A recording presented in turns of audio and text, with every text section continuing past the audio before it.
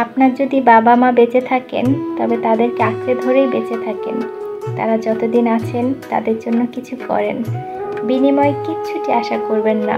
দেখবেন মন থেকে অনেক শান্তি পাবেন, অনেক তৃপ্তি পাবেন।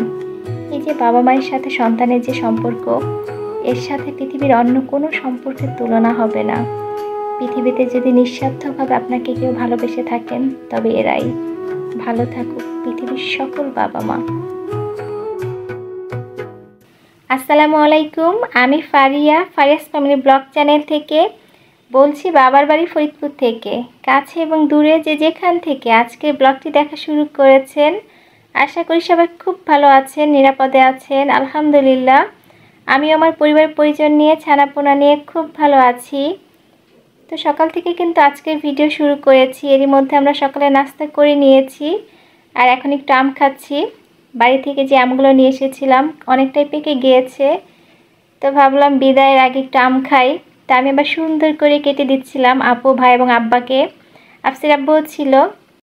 তা আমি ভাইয়াকে বলছিলাম যে একটু অপেক্ষা করেন, আমি ভাইরালভাবে আম কেটে দিচ্ছি সুন্দর করে। তো খাওয়ার থেকে কিন্তু দেখতে বেশি সুন্দর লাগবে, কিন্তু কি আর করার। একদিক দিয়ে আপু ডিস্টার্ব করছিল, অন্য দিক দিয়ে ভাইয়া ডিস্টার্ব করছিল। তাদের আর ধৈর্য একদমই মানছিল না, তারা খাওয়ার জন্য অস্থির হয়ে গিয়েছে। একদিক দিয়ে ভাইয়া টানাটানি শুরু করে দিয়েছে, অন্য দিক দিয়ে আপু বলছিল যে আমাকে দাও, আমি একটু খাই। তো পরে আর বললাম যে না, তোমাদের জ্বালায় আর পারবো না। তা আমি কোনো রকম তাড়াতাড়ি করে কয়েকটা ছবি তুলে নিয়েছি। পরে ওদেরকে বললাম, নাও এবার তোমরা শান্তিতে খাও, আমার কাজ শেষ। এই আমটার নাম ছিল হিমসাগর আম। খেতে অনেক মজা, অনেক মিষ্টি ছিল আমটা। তো আলহামদুলিল্লাহ অনেক আম খেয়েছি বাবার বাড়িতে বসে, সাথে করে নিয়েও এসেছি। তো আসলে অনেক আরাম করেছি এতদিন, পুরো এক সপ্তাহ অনেক আরাম করেছি, কোনো টেনশন ছিল না কাজের। আমার মাকে আমি দেখেছি কখনোই কোনো কাজ করতে বলেন না। আমি যখনই বলি যে মা এই কাজটা করে দেই বা ওই কাজটা করে দেই, মা বলবে কি করার দরকার নেই, আমি করে নিচ্ছি। আসলে মায়েরা এরকমই হয়, মায়েরা জানে যে শ্বশুরবাড়িতে বা নিজের সংসারে গিয়ে তো মেয়েদেরকে কাজ করতেই হয়, এটাই স্বাভাবিক। তো যার জন্য যখন বাবার বাড়িতে যাই কোনোই কাজ করতে দেন না মা, বিশেষ করে রান্নাবান্নার কাজ তো একদমই করতে দেন না। মা চায় আমরা যতদিন থাকি মা নিজের হাতে রান্না করে আমাদেরকে খাওয়াবেন। তো এই যে কাঁঠাল দেখতে পাচ্ছেন, এই বিশাল বড় কাঁঠালটা কিন্তু আমার দুলাভাই তাদের বাড়ি থেকে নিয়ে আসছেন। তো একটা তো আমাদের বাড়ির, আর এই যে বিশাল বড় ছোট্ট মিনি কাঁঠালটা দেখতে পাচ্ছেন, এটা কিন্তু দুলাভাই তাদের বাড়ি থেকে নিয়ে আসছেন।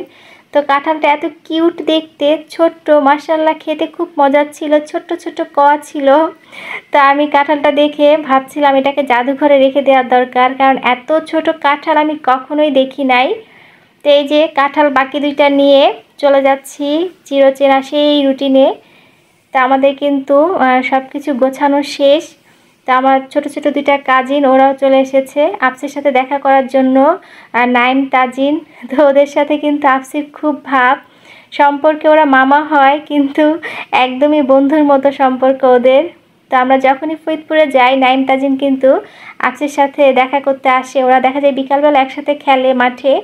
তো সুন্দর কিছু সময় কাটে আলহামদুলিল্লাহ। তা আসলে বিদায়টা এত কষ্টের, যখন আসি কি পরিমাণ যে খুশি লাগে। যখনই পাটুরিয়া ফেরিঘাট পার হই তখনই মনে হয় আমার শান্তির শহর, আমার প্রাণের শহরে চলে এসেছি। আর যখন দৌলতদিয়া পার হই তো তখন না এত খারাপ লাগে, মনে হয় তো ছেড়ে চলে যাচ্ছে আমার শহর, আমার শান্তির শহর। সময় হয়েছে ফিরে যাবার, মন কেন যেতে চায় না বলো না। বিদায় বরাবরই অনেক কষ্টের, আর সেই বিদায়টা যদি হয় বাপের বাড়ি থেকে, তার কষ্টটা যেন একটু বেশিই হয়। আমরা মেয়েরা বিয়ের পরে 2 দিনের অতিথি হয়ে বাবার বাড়িতে আসি, কিছুদিন থাকার পরে আবার ফিরে যেতে হয় চিরচেনা রুটিনে। শৈশব কৈশোর বেড়ে ওঠা চিরচেনা বাসাটা হয়ে যায় ভীষণ অপরিচিত, মনে হয় যেন আমরা বেড়াতে এসেছি। বাস্তবতা অনেক কঠিন একটা মেয়ের জন্য, তাই না? বয়স্ক বাবা মাকে একা রেখে দূরে চলে আসাটা যে কতটা কষ্টের তা একমাত্র বিবাহিত মেয়েরাই উপলব্ধি করতে পারে, এছাড়া কারো পক্ষে উপলব্ধি করা সম্ভব না। ওই যে শুরুতে যে কথাগুলো বলেছিলাম, আপনার যদি বাবা মা বেঁচে থাকেন তাদের জন্য কিছু করবেন, তাদেরকে আঁকড়ে ধরবেন, নিঃস্বার্থভাবে করবেন, কিচ্ছুটি আশা করবেন না, দেখবেন অনেক শান্তি পাবেন। আর এই পৃথিবীতে যদি কেউ আপনাকে নিঃস্বার্থভাবে ভালোবেসে থাকেন তবে তারাই বাসেন।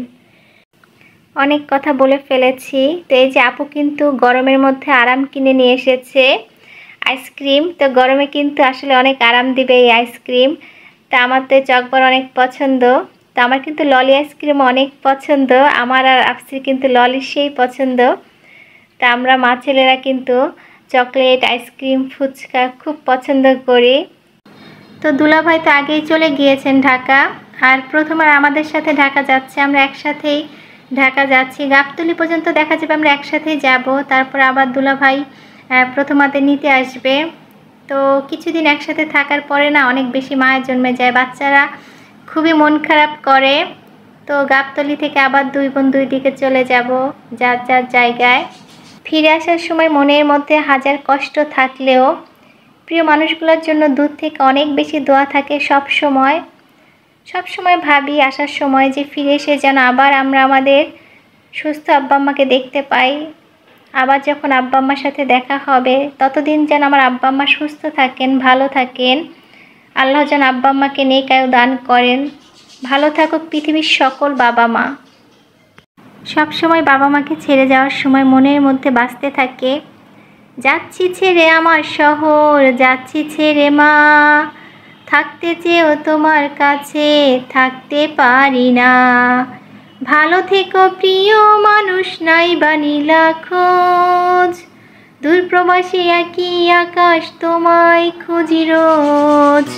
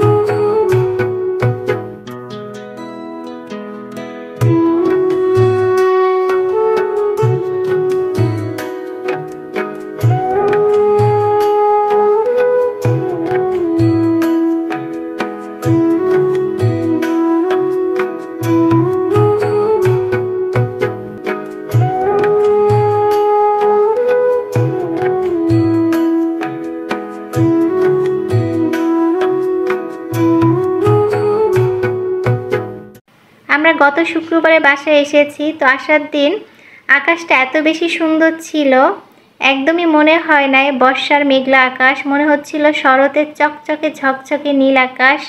চমৎকার ছিল আকাশটা। এই সুন্দর আকাশ দেখতে দেখতে চলুন বরাবরই আপনাদের কাছে যে কথাটা বলে থাকি, আমার ভিডিও যারা দেখা শুরু করেছেন প্লিজ একটা লাইক দিবেন যদি ভিডিও ভালো লেগে থাকে।